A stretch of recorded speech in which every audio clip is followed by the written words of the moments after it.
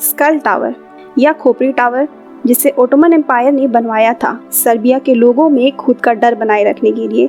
दरअसल 1809 में पहली बार सर्बिया वालों ने इनके खिलाफ विरोध किया था सिगार पर्वत के पास, जिसे ओटोमन सैनिक ने घेर लिया। तभी स्टेवन सिंसेलिक नाम के एक व्यक्ति जो सर्बिया लोगों का कमान संभाले हुए था, उसने सोचा कि अगर उसे पकड़ लिया गया तो उसे उसके लोगों के साथ सूली पर चढ़ा दिया जाएगा। इसलिए उसने खुद को विस्फोट कर लिया और उसके साथ साथ जो भी लोग वहां थे सभी मारे गए।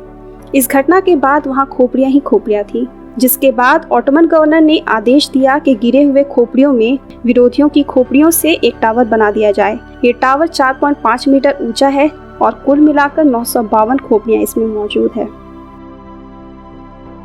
साल 2005 में फेसबुक ने एक ग्राफिटी आर्टिस्ट, मतलब वैसे कलाकार जो सड़कों गलियों की दीवारों पर चित्रकारी करते हैं, वैसे ही एक आर्टिस्ट डेविड चोई को चुना गया था फेसबुक हेडक्वार्टर में कुछ वॉल पेंटिंग करने के लिए, और उसे कहा गया कि वो इस काम के बदले कैश लेना चाहते हैं या फिर कंपनी में स्टॉक, जिसमें से उन्होंने स्टॉक को चुना। फिर साल 2012 में जब फेसबुक पब्लिक हुई, जिसमें एक शेयर का दाम $38 था, तब डेविड का स्टॉक का दाम निकला था $200 मिलियन, जिससे वो रातों रात मल्टी मिलियनर बन गए थे। फैशन की जहाँ तक बात होती है, ये हर बार हैरान कर देता है। इतिहास में कुछ ऐसे अजीब फैशन रहे हैं, जैसे 1920 के समय के ये पैंट्स को देखिए, +10 साइज, जिसमें ये नंबर उस हिसाब से बढ़ती जाएगी जितना कपड़ा घुटने के नीचे लगेगा। इस पैंट का फैशन का झोंका सा चला था, जिसमें वेल्स के राजकुमार, फिल्म स्टार और बड़े बड़े यूनिवर्सिटीज़ के स्टूडेंट्स को इसे पहनते हुए देखा गया था, जिसे स्वेटर, जैकेट, टाई के साथ भी पहना जाता था और एक हैट के साथ इसे पूरा कंप्लीट किया जाता था। इंसान के अंदर इंसानियत हमेशा जिंदा रहनी चाहिए। ये एक 5 साल का बच्चा है जो एक आतंकवादी हमले में जीवित बच गया था और पीछे उसका परिवार मारा गया। ये तस्वीर तब लिया गया था जब उसने हॉस्पिटल से निकलने के बाद अपने जिगरी दोस्त को जिंदा पाया। ये खुशी उसके चेहरे पर अनमोल है। 1943 के अंत में जर्मन सैनिकों ने इटली में इटालियन यहूदियों को ढूंढना शुरू कर दिया था और 2 सालों के अंदर कम से कम 10,000 जूइश को कंसंट्रेशन कैंप भेज दिया गया था, जिसमें से कोई भी कभी वापस नहीं आ सके। ठीक इसी तरह से रोम में भी नाजी जूइश को हिरासत में ले रहा था। इसी बीच 450 साल पुराने एक हॉस्पिटल के डॉक्टरों ने 20 जूइश को बचाया था, ये कहकर कि एक सिंड्रोम के नाम का वायरस फैला है जो इंसान के कांटेक्ट में आने से फैलता है और इस बीमारी से ग्रस्त लोग इस कमरे में हैं। हॉस्पिटल में जूइश की तलाश में घूम रहे नाजी सैनिक इस कमरे में डर से घुसते नहीं हैं, जबकि दरअसल ये कोई सचमुच का वायरस नहीं था, बल्कि अपनी जान को बचाने के डर से हॉस्पिटल पहुंचे इन जूइश को बचाने के लिए हॉस्पिटल के डॉक्टरों ने इस नकली नाम को सोचा था। ये तरकीब काम कर गया और जहां एक इंसान को बचाना नामुमकिन था, वहां इन डॉक्टरों की चालाकी से 20 मासूमों की जान बच गई थी।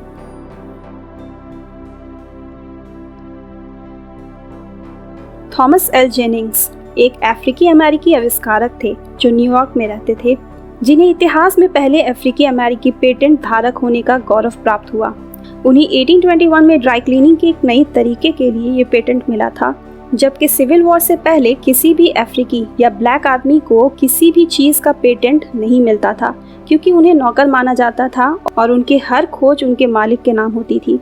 लेकिन जेनिंग्स के इस आविष्कार से उन्होंने बहुत पैसा कमाया और एक बड़े व्यक्ति के रूप में उभरे। अपनी इस कमाई को यूनाइटेड स्टेट में चल रहे अफ्रीकन पर अत्याचार को खत्म करने के लिए उन्होंने लगा दिया था। एडिथ स्टेन, जिनका जन्म 12 अक्टूबर 1891 को एक जर्मन यहूदी परिवार में हुआ था और अपनी किशोरावस्था में ही वो अपने धर्म से दूर हो गई थी। इसी बीच पहला विश्व युद्ध शुरू हो गया। इस दौरान वो नर्सिंग का ट्रेनिंग ले रही थी और 1916 तक उन्होंने अपने डॉक्टरेट की उपाधि भी ले ली और सहायक प्रोफेसर के काम के दौरान उनकी मुलाकात सेंट एविला से हुई, जिन्होंने उन्हें ईसाई धर्म की ओर खींचा और 1 जनवरी 1922 को उन्होंने क्रिश्चियन धर्म को अपना लिया। 1933 में कोलोजीन के कॉन्वेंट से जुड़ गई, लेकिन इसी बीच नाजी का डर यूरोप में फैल रहा था, इसलिए उन्हें बच बचाकर नीदरलैंड के कॉन्वेंट में जाना पड़ा।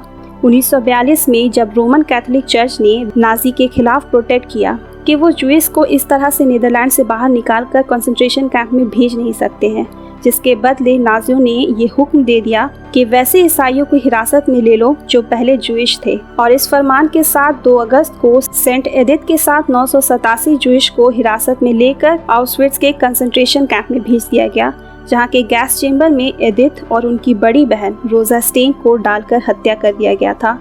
1998 में पोप जॉन पॉल II ने उन्हें कैथोलिक चर्च के शहीद और एक सेंट की उपाधि दिया और उन्हें यूरोप के 6 संरक्षक संतों में से एक बना दिया गया।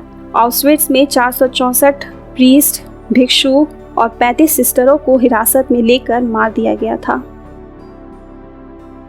अब तक के सबसे महान आविष्कारों में से एक के रूप में थॉमस एडिसन ने बिजली पर काम करना शुरू किया और 1879 में दुनिया का पहला बल्ब जला। इस पीली रोशनी वाले बल्ब को आज भी दुनिया में कई जगह इस्तेमाल में लाया जाता है। वैसे उस समय इस बल्ब को बनाने के लिए उन्होंने खुद की एक कंपनी बनाया था, लेकिन ये बहुत महंगा था और कुछ चुनिंदा लोग ही इसे इस्तेमाल कर पाते थे।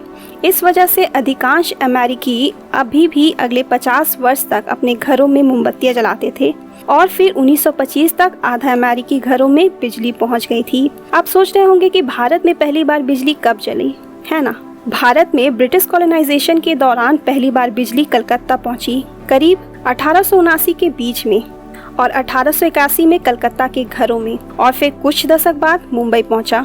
लेकिन आज भी भारत के कुछ बहुत पिछड़े घरों में बिजली नहीं पहुंच सकी है।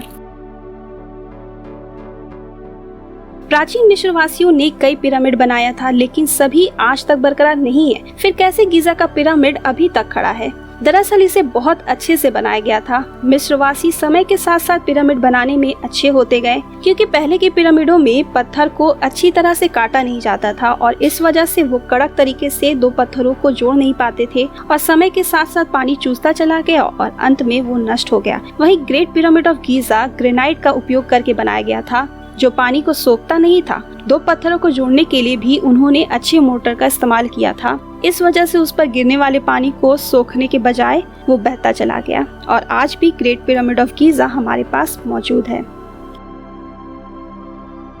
अजंता की गुफाएं भारत की सबसे पुरानी यूनेस्को विश्व धरोहर स्थानों में से एक है, जिसे गुप्ता राज्य के दौरान 5 से 6 ईस्वी में बनाया गया था।